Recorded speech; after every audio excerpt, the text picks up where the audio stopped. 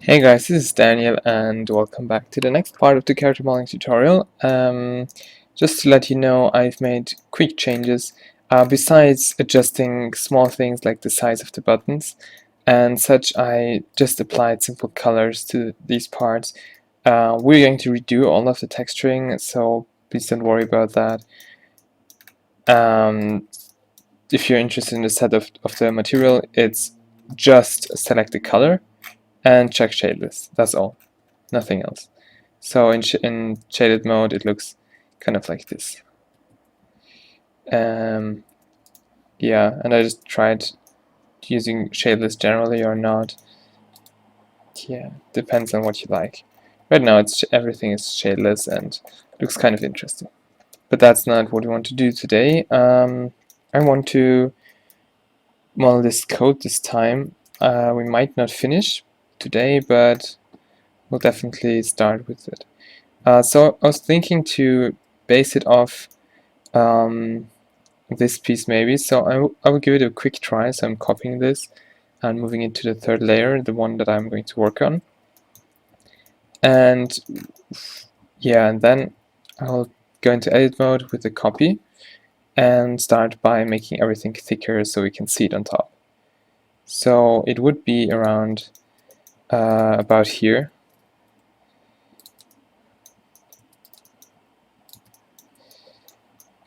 And it's kind of fun how easy you can create all these layers of cloth just by using the shrink and fatten tool. Anyways, now it's time to just follow all the large surfaces until we have this. However, we had created this in a particular way and it's kind of hard to recycle it. So first I'm kind of trying to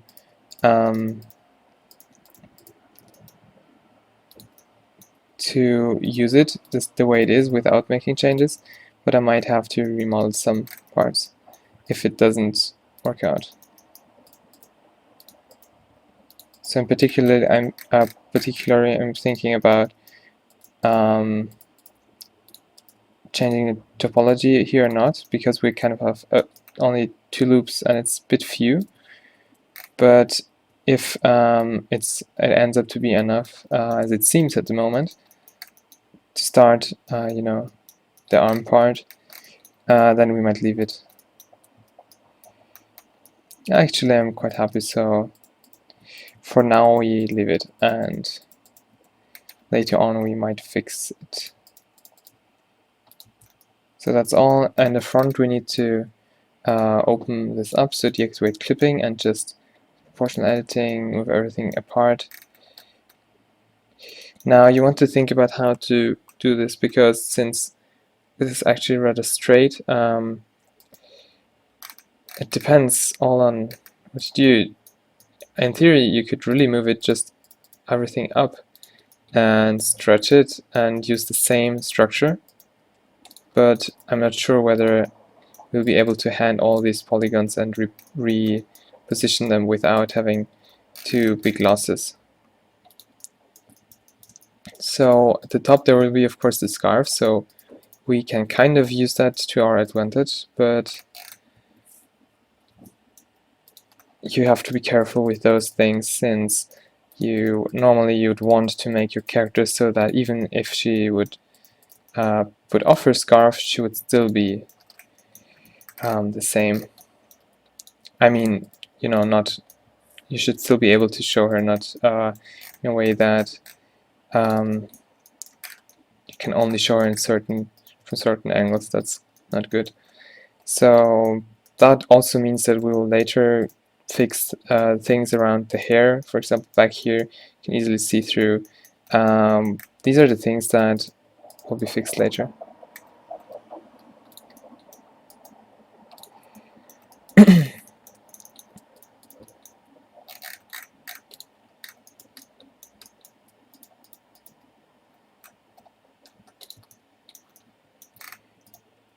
Yeah, so we're kind of starting to get things right. Back here I accidentally deformed this as well. So I'm selecting these, and with proportional editing set to connected, I'm moving them together again so that we definitely don't influence the front, but we do influence vertices next to it. So that's good. Now over here we might want to give this a little bit more distance to the layers below. And here we have just too much stretching. We have to get a few more loops from down here and move them upwards to use them where we need them. So it's kind of cool that we had so many loops in on that other piece of cloth, because it was actually more than we would have needed. But now we can kind of make good use of it, so pretty cool. If you have not all the loops, then feel free to make a couple of new ones.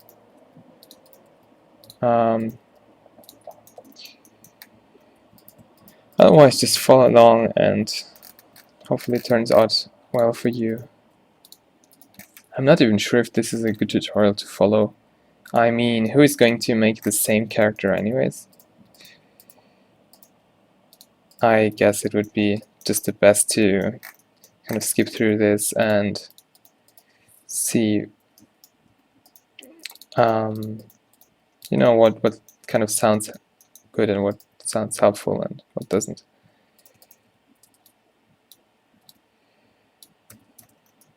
Again, I'm using the smooth tool a lot, and recently I'm forgetting to activate this screencast keys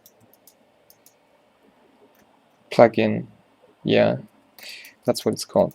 Anyways, now you can see it, but still you cannot rely on it too much anyway, since it doesn't show all the keys for some reason. So better learn all the features and just be able to apply them.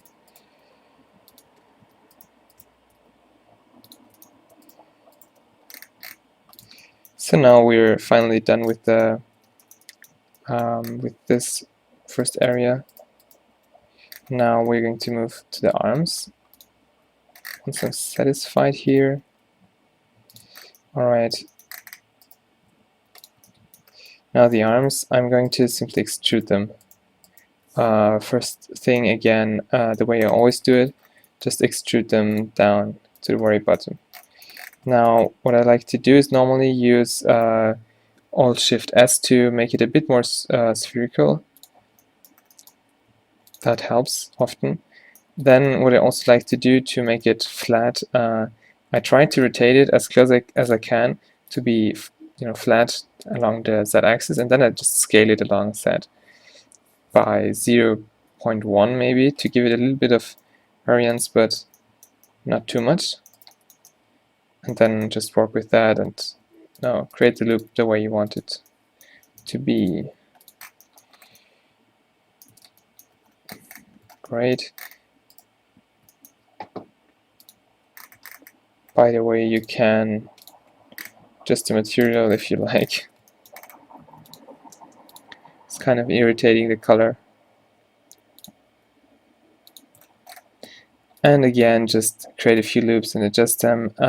One good advice is, since we're really getting started up here, but we have a really good loop here, I'm going to move this all the way down close to this one and then move it without sliding. So first I press G twice and now I'm pressing G once, and that way I keep the shape of the loop, the good one that I like to use. And over here I'm going to do the same, and that way the transition between the topology isn't that bad.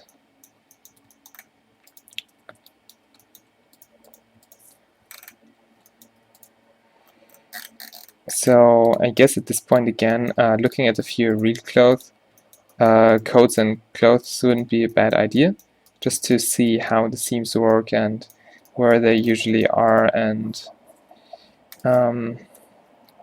just improve your knowledge about that. I checked a few things out before starting the recording, so if you want to, maybe do that as well.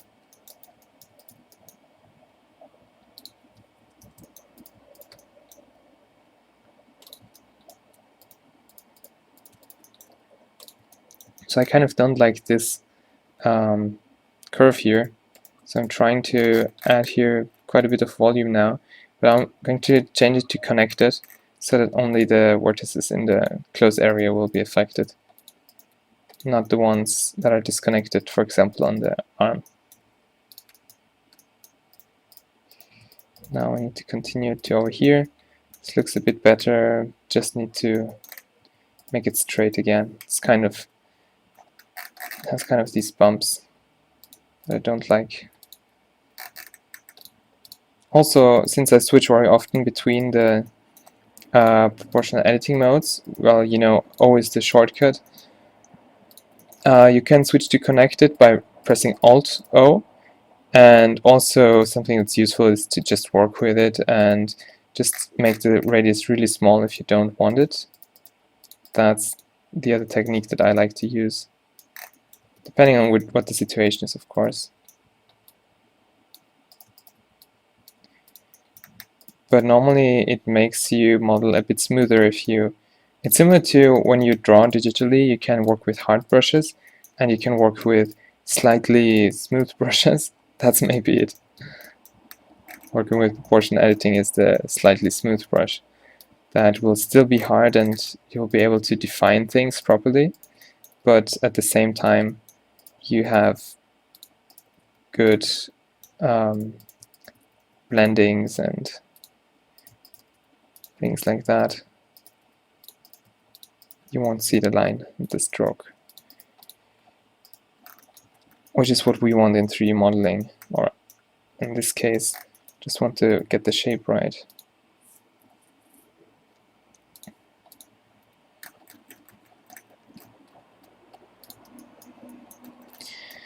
So this bump kind of annoys me, but I will take care of it later. I have an idea to just include a seam here to kind of hide this bump and the structure, but as I said, we're going to take care of that later. For now, let's just make sure that down here everything works as expected. So gravity kind of pulls on this, so I'm going to position it a bit uncentered to give it a look of being in the force. And then I'm adding a couple of more loops just so that it's not too stretched, that is rather even, and we have geometry to work with. So as you can see, we have here this white line that splits it into two areas. I'm going to take a look at the other reference that I have, just so that I can see where it actually goes. And alright, now I know everything that I need to. So let's see for the position. So about here we need this bump. So what we could do is use this loop, maybe from here to here and until here. Then I'm going to slide it along this one. And what you can see here will be our this part. So you might want to adjust it a bit better if you have a certain idea of the shape.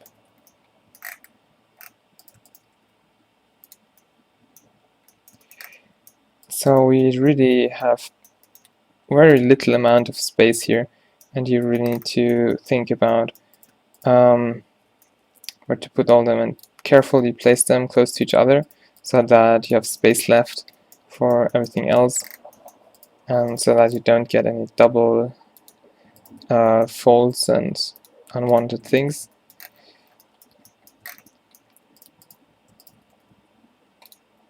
And also I'm trying to adjust the rest of the loop to that structure that we want to add to it, so that even though we use it for something different, it doesn't stand out.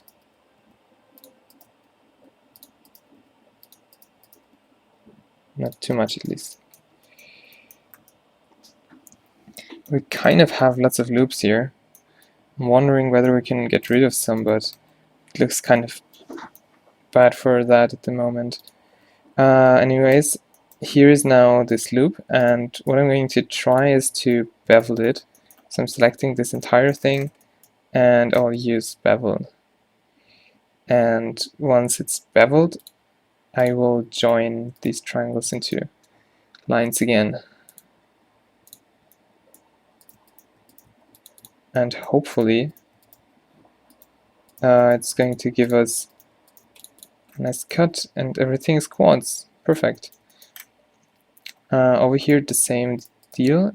You need to switch to edge mode to just select these ones, and then Control B to bevel, and then actually, no, let's undo that. I'm thinking that since we have so many other loops around here, why don't we just use the ones right next to it to do the same thing? It will be kind of a bit harder to make, but it should be a good idea. So I'm taking this loop and I'm moving it very close to over here, and this one will just follow a little bit to make it even again. And now for this dent, I just need to do it by hand, so I'm deleting this edge and I'm extruding this a little bit to this direction. Then you can easily fill this up and you have the same result. You just didn't have to add yet another loop. So I'm adjusting the thickness of it. That went perfect. So next one is over here. Just hoping we're not losing too much after all. So up here we have now only these two left, which is a good thing. And then I'm going to delete this, extrude this, and fill these ones up again.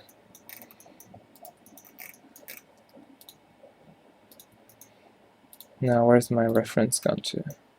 Let's pin the reference to it so that we don't lose it again.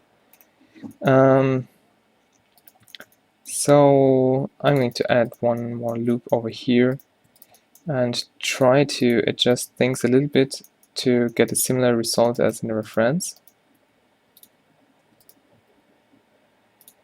It's kind of hard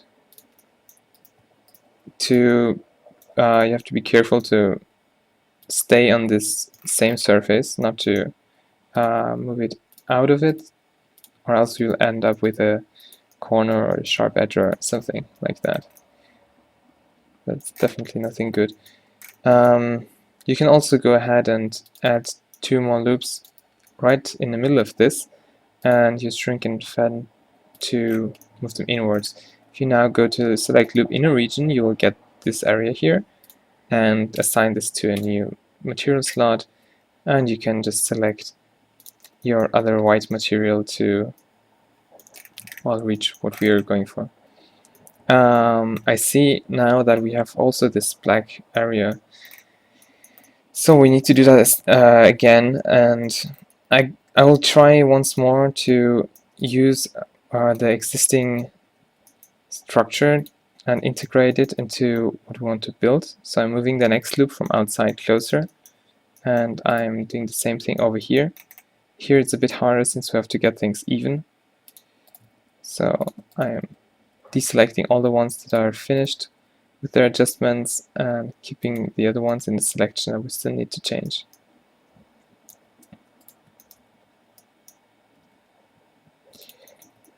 With that done, we will now pull the next loop a bit more up just to keep the surface rather smooth.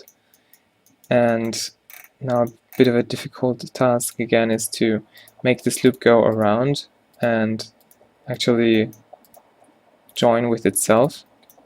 So I'm starting by connecting these, but of course, well, the material doesn't matter, we should change it anyways afterwards, but it should go to here and connect these. And here's a little problem that we have. We need here one more loop for both sides, and I think I'm going to edit. Well, okay, let's leave the holes for now. There is a good way to fix this, but we have to first of all do the other side as well. So basically same situation, just on the other side.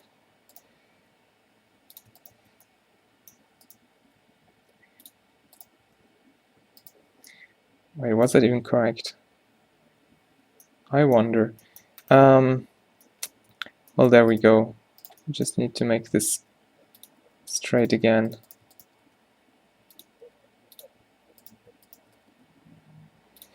And now what I will do to get everything in quads is add one here and add one here.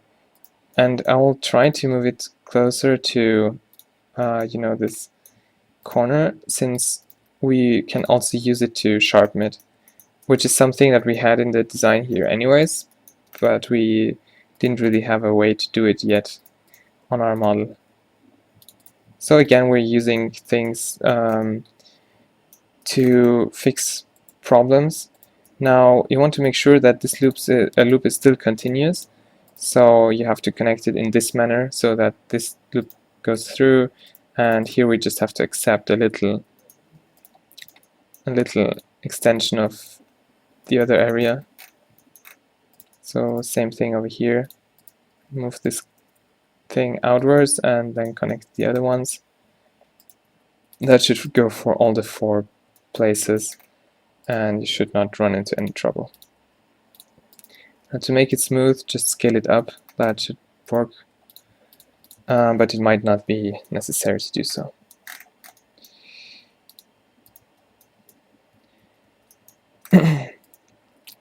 Depending on whether you move these loops more to this side or the other, you could maybe make these sharper, but that is up to you to decide how you want to do it. It might also bring some other issues again, but it's up to you. I'm just checking for something. I don't really think that I'm going to do that, but I want to see the possibilities that we have. Actually, let's try something. If it turns out good, we're going to keep it, but since we have already so many vertices here in this part, I'm kind of worried that it's not going to do any good to us. But that's why we have the undo feature.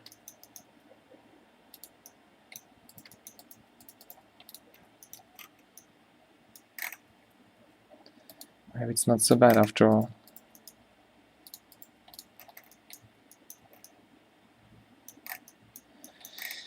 No, I don't think I like it after this try.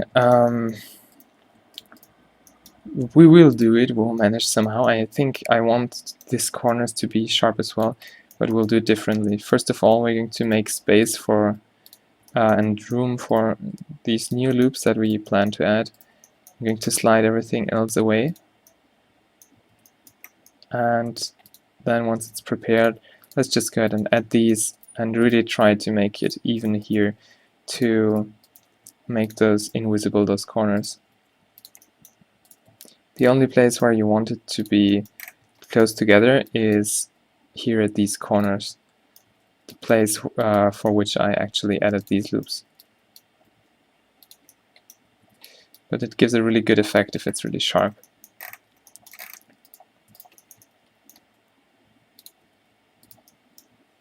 And down here, it's the same issue. You need to move this to the center, but of course you cannot go too far, because from above the other one has to return again. So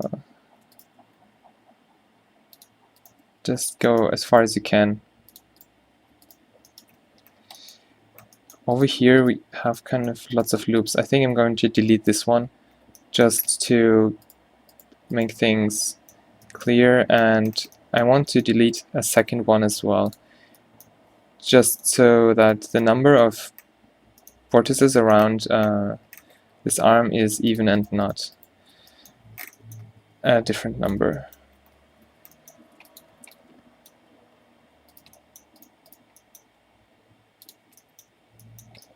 Great. This video has gone on for a long time. I'm really not looking at the clock anymore. So we will stop it right after finishing this material. So quickly add here a loop. The same thing that we did, and this will be the last task for today. Great. On the other side, the same thing. Just hope that everything works as expected. We won't run into trouble again. So this is the right direction. Then select everything in between those loops. Hopefully the selection will also go as expected. We should be able to contain, all these. Then on the third material slot, we will select our darkish material and assign those. And that's pretty much all for this video. You can again make things sharper along these edges by adding more loops. But actually, I'll show you one more thing. There is a feature in Blender that I don't really like to use much because to me it's kind of mysterious. I don't know about the compatibility with other software. Well, normally you would just apply modifiers before leaving the software, but just because of it being so unique to Blender, I mean, it's not a unique tool, but it is normally not supported in any export formats. So I kind of don't use it normally, but there is this crease edge tool that you can find. Alright, I'm done here. That you can find over here, or you can either use Shift-E, the shortcut, to adjust it, or once you're in edit mode and have an edge selected, you see here mean crease, and I'll show you what it does. If you select this edge here, for example, and you crease it, and you go to object mode, just look at the profile here of it. You see how it's getting sharper? And that is what we could also use to make it sharp. But this is, again, kind of, for me, I'm kind of uneasy to use it. It makes me feel a bit, I'm a bit hesitant using it. That's it. But in this situation, I'm considering it, even though it already at this point gives me some issues. Yeah, let's just give it a try. And we'll leave it like that, and later on we'll maybe see that we shouldn't use it after all, or we'll continue using it. But that way you can kind of save yourself lots of troubles with additional geometry that you would need instead to get things sharp, or you just do it like that. By the way, I use Shift-E, that's the shortcut. Just select an edge and then you press Shift-E and then you move your mouse into various directions, and you should be able to increase the value or decrease it depending on the direction you move to. Awesome. Another part done. So this loop is kind of too much. I'm deleting it and quickly checking if there is anything else that we can get rid of. This is, yeah, well, okay, let's leave this one since we need a seam over here, but it will be smooth up here because this is kind of on top, in my opinion. Alright, enough for this part. We have done lots of things already. I hope you learned something, as always. And and hopefully I'll see you again in my next part. Thank you for watching. Till next time.